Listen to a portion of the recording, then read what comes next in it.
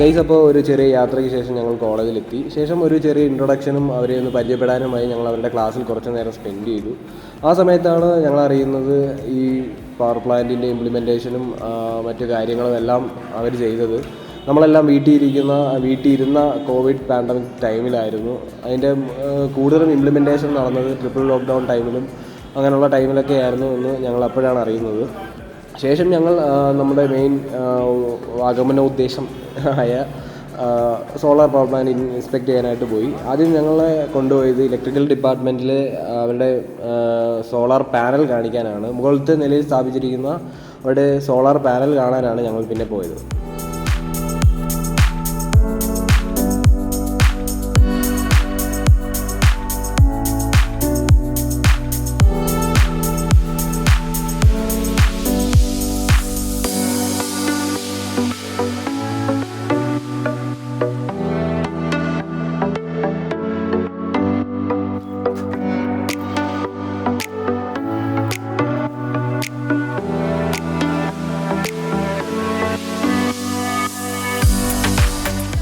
Guys, അപ്പോൾ അവരുടെ electrical ഡിപ്പാർട്ട്മെൻറ്റിലെ ഏറ്റവും മുകളിലത്തെ നിലയിലാണ് പാനലുകൾ സെറ്റ് ചെയ്തിരിക്കുന്നത്.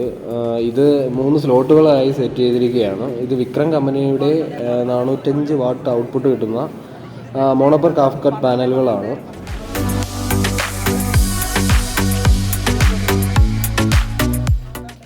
ഈ പാനലുകൾ സീരീസ് ആയിട്ടാണ് പരസ്പരം കണക്ട് ചെയ്തിരിക്കുന്നത്. അതിൻ്റെ കണക്ഷൻസും കാര്യങ്ങളും നമുക്കവിടെ കാണാൻ കഴിയും. അത് ഓരോ പാനലുകളിലും 2 ഇൻപുട്ടും ഔട്ട്പുട്ടുമായി 2 വയറുകൾ നമുക്ക് കാണാം. അത് സീരീസായി കണക്ട് ചെയ്തിരിക്കുന്നു.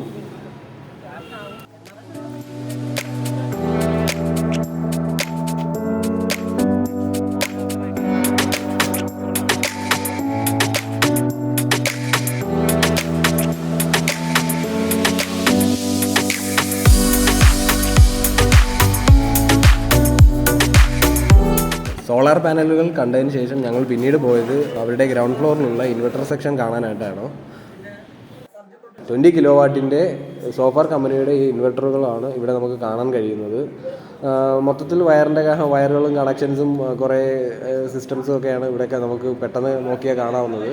മെയിനായിട്ട് ഇവിടെ നടക്കുന്നത് DC AC ആക്കി കൺവേർട്ട് ചെയ്യുക എന്നൊരു പ്രോസസ്സാണ്.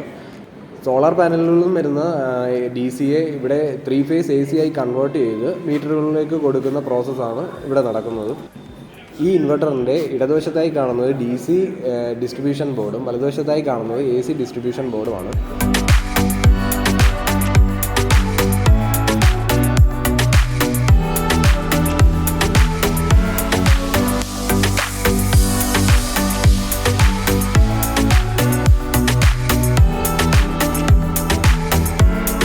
ഇൻവെർട്ടർ സെക്ഷനിൽ നിന്നും ഞങ്ങൾ പിന്നീട് പോയത് മീറ്ററിംഗ് സെക്ഷനിലേക്കാണ്. അത് കുറച്ച് ദൂരെയുള്ള അവരുടെ ഒരു ബിൽഡിങ്ങിലായിരുന്നു.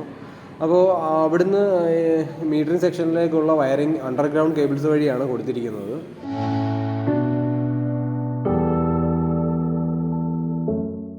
ശരിക്കും ഈ ബിൽഡിംഗ് പോളിയുടെ ഇൻഡോർ സബ്സ്റ്റേഷൻ ആയിരുന്നു.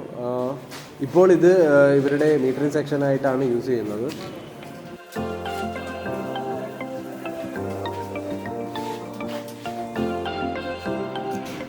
ഗൈസ്, ഇനി മീറ്ററിംഗ് സെക്ഷൻ്റെ കുറച്ച് കാഴ്ചകൾ നിങ്ങൾക്ക് കാണാം.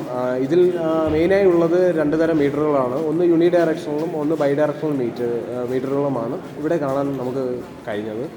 2 തരം മീറ്ററുകളിൽ ഒന്ന് യൂണി ഡയറക്ഷണൽ മീറ്റർ, അത് നമുക്ക് നമ്മുടെ റീഡിങ്സും നമ്മുടെ ജനറേഷനും ഒക്കെ അറിയാൻ വേണ്ടിയിട്ടും.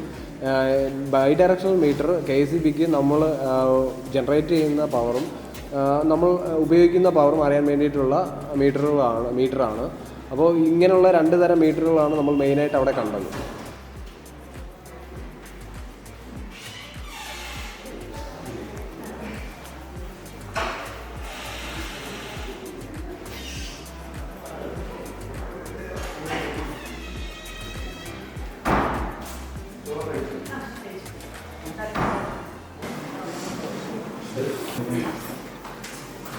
നിങ്ങളെല്ലാം 5 ഇയർ സ്റ്റുഡൻസ് ആണല്ലേ? പ്രൊജക്ടൊക്കെ കണ്ട എന്താണ് പ്രൊജക്ട്? ഇതിനേക്കാളും വലിയ പ്രൊജക്ട് നമ്മളവിടെ ചെയ്തില്ല. ചെയർമാൻ്റെ ഒരു വലിയൊരു സ്വപ്നമായിരുന്നു. ഞാൻ ചെയർമാൻ ഞങ്ങളെല്ലാവരും കൂടെ ചേർന്നാണ് തുടങ്ങി വെച്ചത്. ജനറേഷൻ പറ്റിയില്ല. നേരത്തെ നമ്മൾ സ്റ്റാർട്ട് ചെയ്യുമ്പോൾ വലിയ വലിയ പ്രോജക്റ്റുകളൊക്കെ നമ്മൾ ആദ്യത്തെ വർഷങ്ങളിൽ ചെയ്യുമായിരുന്നു. മാനസിന്റെ പഴയ ടീച്ചറാണ്. വലിയ പ്രോജക്റ്റുകളും 2006-2007 വലിയ പ്രോജക്റ്റ് ഇല്ല. പിന്നെ അതിനുശേഷം ചെയ്യുമ്പോൾ വലിയൊരു പ്രോജക്റ്റ് നമ്മുടെ കപ്പാസിറ്റി 40 ഡബിളാണ്. എല്ലാം എക്സ്പാൻഡ് ചെയ്ത് തന്നില്ലേ സ്റ്റുഡൻസ്? സജഷൻസ്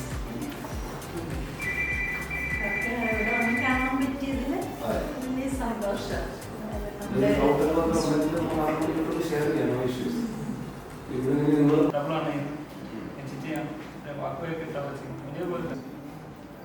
നമ്മളെവിടെ ചെയ്യും? നമ്മൾ സിവിൽ ബോർഡിന്റെ മേലെ ബില്ലിന്റെ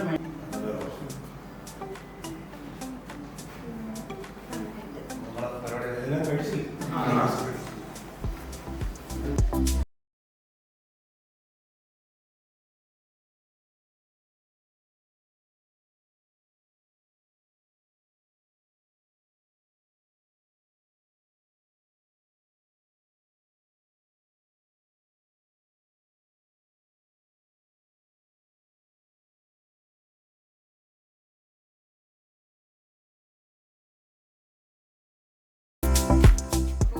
ഇത്രയും സിസ്റ്റം ഇൻസ്റ്റാൾ ചെയ്തതിലായാലും കമ്മീഷൻ ചെയ്തതിലായാലും ഏറ്റവും ഡിഫിക്കൽട്ട് ആയിട്ടുള്ള പ്രോസസ്സ് ഏതായിരുന്നു? നേരത്തെ പറഞ്ഞ ക്യാഷിൻ്റെ ഇത് ചെയ്യാൻ സമയത്ത് ഇങ്ങനെ ഒരു പ്ലാൻ ഇവിടെ ചെയ്ത സമയത്ത് ഈ ലോക്ക്ഡൗൺ സമയമായതുകൊണ്ട് എല്ലാവരുടെ കുടുംബത്തിലും ഫണ്ടിൻ്റെ ബുദ്ധിമുട്ടുണ്ടായിരുന്നു ആ രീതിക്ക്. അപ്പോൾ അത് ഒന്ന് കറക്റ്റായിട്ട് അറേഞ്ച് ചെയ്ത് കൊണ്ടുവരിക എന്നുള്ളതായിരുന്നു ഏറ്റവും വലിയ കാര്യം. പിന്നെ രണ്ടാമത്തെ കാര്യം എന്ന് വെച്ചാൽ പെട്ടെന്ന് എല്ലാവർക്കും ആ ടൈമിൽ ഇവിടെ വരാൻ പറ്റത്തില്ല. അപ്പം നമുക്ക് ഈ ഇവിടെ ഇങ്ങനെ നല്ല പ്രോജക്റ്റ് ചെയ്യുമ്പം അതിന് ആ രീതിക്ക് നമുക്കും അതിൻ്റെ കൂടെ നിന്ന് സപ്പോർട്ട് ചെയ്യണമെന്ന് നല്ല ആഗ്രഹം ഉണ്ടായിരുന്നു. പക്ഷേ ആ സമയത്ത് എത്തിച്ചേരാൻ പറ്റുന്ന സമയങ്ങളില്ല. പലർക്കും നല്ല ബുദ്ധിമുട്ടുണ്ടായിരുന്നു ഇവിടെ വന്നു പോകാൻ. നമ്മളെല്ലാവരും ക്ലാസ്സിൽ എങ്ങനെ ഇരിക്കുന്നു അതുപോലെ വന്ന് ഒത്തു ചെയ്യണമെന്നായിരുന്നു. പക്ഷേ പലരും 10, 5, 10 അല്ലെങ്കിൽ വളരെ ചുരുങ്ങിയ എണ്ണം വെച്ചാണ് വന്ന് ഇതിൻ്റെ ചെയ്യാനൊക്കെ കൂടെ നിന്നത്. ഒത്തു നിൽക്കാൻ പറ്റിയില്ല. അത് നമുക്കൊരു ബുദ്ധിമുട്ടായിരുന്നു. അപ്പോൾ നിങ്ങളെ ഈ സോളാർ പവർ പ്ലാന്റ് എന്ന് പറയുന്ന ഒരു പ്രോജക്റ്റിലേക്ക് എങ്ങനെയാണ് എത്തിച്ചേർന്നത്? ആ ഐഡിയ നിങ്ങൾക്ക് എവിടെ നിന്ന് കിട്ടി, അല്ലെങ്കിൽ ആ ഇന്നോവേഷൻ എന്നുള്ളൊരു ചിന്ത എവിടെ നിന്ന് നിങ്ങൾക്ക് കിട്ടി? അത് അല്ലാതെ തന്നെ ഇത്രയും വലിയൊരു പ്രോജക്റ്റ് നടക്കുമോ ഇല്ലയോ എന്ന് നിങ്ങൾക്ക് ഉറപ്പുണ്ടായിരുന്നോ? ഇല്ലെങ്കിൽ നിങ്ങളുടെ സെക്രട്ടറി ആയിട്ടുള്ളൊരു പ്രോജക്റ്റ് നിങ്ങൾ കൺസിഡർ ചെയ്തിട്ടുണ്ടായിരുന്നു? പ്രോജക്റ്റിൻ്റെ ടൈം വന്നപ്പോഴത്തേക്ക് എന്തായാലും ഒരു പ്രോജക്റ്റ് ചെയ്യണം. നമ്മളെ സംബന്ധിച്ച് ഈ കോളേജിൻ്റെ ഫസ്റ്റ് ബാച്ചാണ് നമ്മൾ.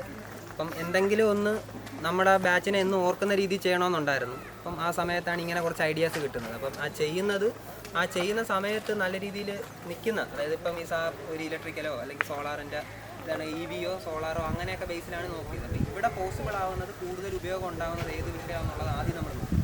അങ്ങനെ നോക്കിയിട്ടാണ് ഈ സോളാറിൻ്റെ കൺസെപ്റ്റ് മുമ്പോട്ട് വരുന്നത്. അപ്പം അതിന് എല്ലാവർക്കും താല്പര്യമെന്ന് അറിഞ്ഞതിന് ശേഷം നമ്മളത് ഇവിടെ പോസിബിൾ ആണോ എന്നുള്ളത് കൂടുതൽ തിരക്കി. ഇവിടുത്തെ മാനേജ്മെൻറ്റ് സൈഡിൽ നിന്നായാലും നമ്മുടെ ഇവിടുത്തെ അതിൻ്റെ പൊസിഷൻസ് ആയാലും എങ്ങനെ ഇംപ്ലിമെൻറ്റ് ചെയ്യാം, അത് ചെയ്ത് എന്തൊക്കെ സക്സസ് ആവും എന്നുള്ളത് പൊതുവെ നമ്മളൊന്ന് നോക്കിയപ്പോൾ എല്ലാ രീതി കൊണ്ടും പോസിബിൾ ആണ് ഇവിടെ.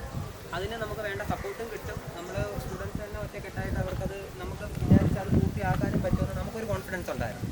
ആ ഒരു കോൺഫിഡൻസ് അനുസരിച്ച് നമ്മൾ അങ്ങനെ അത് തന്നെയാണ് മുന്നോട്ട് കൊണ്ടുപോകാമെന്നുള്ള തീരുമാനം എത്തി. എന്തായാലും പിന്നെ ബാക്കി കാര്യങ്ങളെല്ലാം ആ വിചാരിച്ച രീതിയിൽ തന്നെ നടന്ന് നമ്മൾ ഇപ്പം ഉദ്ദേശിക്കുന്ന രീതിയിൽ നല്ല രീതിക്ക് ഇംപ്ലിമെൻറ്റ് ചെയ്യാൻ പറ്റും. ഇത്രയും വലിയൊരു പ്രോജക്റ്റ് ചെയ്തപ്പം നിങ്ങൾക്ക് മെയിനായിട്ടുണ്ടായ ഒരു ബാക്കപ്പ് സപ്പോർട്ട് എവിടെ നിന്നായിരുന്നു? പ്രോജക്റ്റിൻ്റെ കാര്യം വന്നപ്പോഴത്തേക്ക് ഫണ്ടായിരുന്നു മെയിനായിട്ടുള്ളൊരു വിഷയം. അപ്പം ഞാൻ ആദ്യം പറഞ്ഞ കണക്ക് ഈ ഒരു സിറ്റുവേഷനിൽ നമുക്ക് ഇത്രയും വലിയൊരു പ്രോജക്റ്റിന് ഒറ്റ രീതിക്ക് പറ്റത്തില്ലായിരുന്നു. പക്ഷേ മാനേജ്മെൻറ്റിൻ്റെ സൈഡിൽ നിന്ന് ചെയർമാൻ്റെ, അതായത് സത്യം പറഞ്ഞാൽ ചെയർമാൻ്റെ ഒരു വാക്കായിരുന്നു. നമ്മളത് ഇതിനെക്കുറിച്ച് സാറുമാരെ വഴി നമ്മൾ HOD ആയാലും അവിടുന്ന് പ്രിൻസിപ്പൾ അങ്ങനെ മുകളിലോട്ടായാലും അത് അങ്ങനെ ചെയർമാൻ്റെ അടുത്തെത്തിയപ്പോൾ ആ ചെയർമാൻ പറഞ്ഞ ആ ഒരു സപ്പോർട്ട് ധൈര്യമായിട്ട് ചെയ്തോ, നിങ്ങൾ മുന്നോട്ടത് ചെയ്തോ എന്ന് ആ പറഞ്ഞ ഒരു വാക്കിൻ്റെ ബലമായിരുന്നു നമുക്ക് നല്ലൊരു കോൺഫിഡൻസ്. ബാക്കി പക്ഷേ അവരുടെ സൈഡിൽ നിന്നും അതേ സപ്പോർട്ട് തന്നെ നമുക്ക് പൂർണ്ണമായി അവസാനം വരെ ആ ഒരു പിന്തുണ കിട്ടി. അതുകൊണ്ട് തന്നെയാണ് ഇപ്പോൾ കാണുന്ന രീതിക്ക് നമ്മുടെ സൈഡിൽ നിന്ന് പോലെ തന്നെ അവരുടെ സൈഡിൽ നിന്നുള്ള ആ ഒരു കോൺട്രിബ്യൂഷൻ കൊണ്ട് തന്നെ നല്ല രീതിക്ക് ചെയ്ത് തീർക്കാൻ പറ്റും. ഇപ്പോൾ നിങ്ങൾക്ക് ഈ ഒരു പ്രോജക്റ്റ് ചെയ്ത് കഴിഞ്ഞപ്പോൾ, ചെയ്യുന്നതിന് മുമ്പ് നിങ്ങൾക്ക് ഇതണക്കുള്ള ഫണ്ടിൻ്റെ ഇഷ്യൂ എല്ലാം ഉണ്ട്. ഇപ്പോൾ ചെയ്ത് കഴിഞ്ഞപ്പോൾ നിങ്ങൾക്ക് ഒരു സ്വന്തമായിട്ടൊരു പ്രോജക്റ്റ് എടുത്ത് ചെയ്യാനുള്ള കോൺഫിഡൻസ് ആയോ? എന്നുവെച്ചാൽ നമുക്ക് വലിയ രീതിയിലായിട്ടില്ലെങ്കിലും നമ്മൾ അത്യാവശ്യം ഒരു 50% വരെ നമ്മൾ ഇതിൽ പാർട്ടിസിപ്പേറ്റ് ചെയ്തിട്ടുണ്ട്. അപ്പോൾ അങ്ങനെ കുറേ കാര്യങ്ങൾ ടെക്നിക്കലായിട്ട് കുറേ കാര്യങ്ങളൊക്കെ അറിയാം. ഇങ്ങനെ നമ്മളിപ്പം ഒറ്റയ്ക്ക് ചെയ്യുന്ന രീതിയിൽ ആയിട്ടില്ലെങ്കിലും അത്യാവശ്യം നല്ല രീതിയിൽ തന്നെ ഒരു പ്രോജക്റ്റ് കണ്ടക്ട് ചെയ്യാൻ പറ്റുമെന്നാണ് വിശ്വാസം. നിങ്ങൾ ഇതുവരെ ചെയ്തതിൽ നിങ്ങൾക്ക് ഇതിൽ എന്തെങ്കിലും മിസ്റ്റേക്ക് പറ്റി അല്ലെങ്കിൽ ഒന്നും ചെയ്യാൻ പറ്റിയില്ല എന്ന് തോന്നിയ എന്തെങ്കിലും കാര്യങ്ങളുണ്ടോ? ബാറ്ററി പവർ എന്ന് വെച്ച് കഴിഞ്ഞാൽ KSEBിയുടെ പവർ ഉണ്ടെങ്കിൽ മാത്രമല്ല ഇത് പ്രവർത്തിക്കാൻ പറ്റത്തുള്ളൂ. അപ്പോൾ അതിൻ്റെ ഒരു വലിയൊരു പോരായ്മയുണ്ട്. ഇപ്പോൾ ഇവിടെ സ്റ്റോറേജ് വെക്കാൻ പറ്റത്തില്ല. കറണ്ട് പോയി കഴിഞ്ഞാൽ ഫുള്ള് ഓഫായി പോകും അവിടെ. വേറെ പവർ ഇവിടെ അങ്ങോട്ട് കിട്ടുന്നില്ല.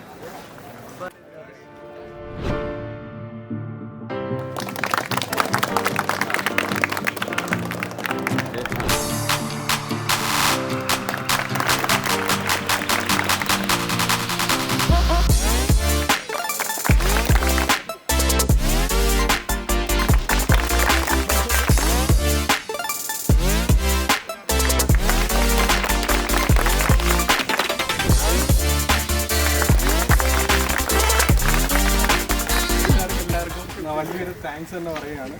ഞങ്ങളുടെ യൂണിസ് കോളേജ് ഓഫ് എഞ്ചിനീയറിംഗിൽ നിന്നും ഇലക്ട്രിക്കൽ ഡിപ്പാർട്ട്മെൻറ്റ് ഇവിടെ നമ്മുടെ ഒരു സോളാർ പവർ പ്ലാന്റ് നമുക്ക് ഇവിടെ 40 kW ചെയ്യുന്നുണ്ട്. അതിൻ്റെ ഒരു മുന്നോടിയായിട്ട് നിങ്ങൾ ചെയ്ത വർക്ക് ഒന്ന് ഇൻസ്പെക്ട് ചെയ്യാൻ വേണ്ടി ഒരു അവസരം കിട്ടിയതാണ്. അത് നിങ്ങളുടെ മാനേജ്മെൻ്റ് ആയാലും നിങ്ങളുടെ കുട്ടികളായാലും ഞങ്ങൾക്ക് സപ്പോർട്ട് ചെയ്തതിന് വളരെ നന്ദിയുണ്ട്. ഞങ്ങളിവിടെ വന്നതിന് ശേഷം ഞങ്ങൾക്ക് നല്ലപോലെ തന്നെ പ്രാക്ടിക്കലായിട്ട് കുറേ അറിയാൻ പറ്റി. കുറച്ച് കൊച്ചു കൂട്ടുകാരെ കയ്യിൽ നിന്നും കുറേ വലിയ നോളജ് തന്നെ ഞങ്ങൾക്ക് കിട്ടി. ഞങ്ങൾ ഇനിയൊരു പ്രോജക്റ്റ് ചെയ്യുമ്പോഴത്തേക്കും ഞങ്ങൾക്ക് എന്തൊക്കെ തടസ്സങ്ങൾ വരുമെന്ന് ഞങ്ങൾക്ക് ഇപ്പോൾ പ്രെഡിക്റ്റ് ചെയ്യാൻ പറ്റും. അതിനെങ്ങനെയൊക്കെ ഞങ്ങൾക്ക് ഓവർകം ചെയ്യാമെന്നുള്ളൊരു ഐഡിയ നിങ്ങൾ ഞങ്ങൾക്ക് തന്നു. പിന്നെ ഈ ഒരു പ്രോജക്റ്റിൽ ഞങ്ങൾക്കുണ്ടായ നിങ്ങളെ കണക്ക് തന്നെ സാമ്പത്തികമായ ബുദ്ധിമുട്ട് ഉണ്ടായിരുന്നതും മാനേജ്മെൻറ്റ് ഞങ്ങളെ അതുപോലെ സപ്പോർട്ട് ചെയ്തിട്ടുണ്ട്. അപ്പം ഞങ്ങൾക്ക് ഇവിടുന്ന് കിട്ടിയ നോളജ് വെച്ച് ഞങ്ങൾ അവിടെ ചെയ്യുന്ന പ്രോജക്റ്റിനെ ഞങ്ങൾ കൂടുതലും കൂടി മികച്ച രീതിയിൽ കൊണ്ടുവരാൻ ഞങ്ങൾ ശ്രമിക്കും. അതിനുശേഷം നിങ്ങളെ ഞങ്ങൾ ഒഫീഷ്യലായിട്ട് അതിന് വിസിറ്റ് ചെയ്യാനും ഞങ്ങൾ സ്വീകരിക്കുന്നുണ്ട്. അപ്പോൾ ഇങ്ങനൊരു ഒക്കേഷൻ ഉണ്ടാക്കി തന്നതിന് ഞങ്ങളുടെ മാനേജ്മെൻറ്റും ഞങ്ങളുടെ ടീച്ചേഴ്സും ഞങ്ങളുടെ ഡിപ്പാർട്ട്മെൻറ്റും ഈ കോളേജിൻ്റെ മാനേജ്മെൻറ്റും ഈ കോളേജിലെ ഇലക്ട്രിക്കൽ ഡിപ്പാർട്ട്മെൻറ്റിൻ്റെ TDS ആയിരുന്ന സ്റ്റുഡൻസിനും വലിയൊരു താങ്ക്സ് പറയുന്നു.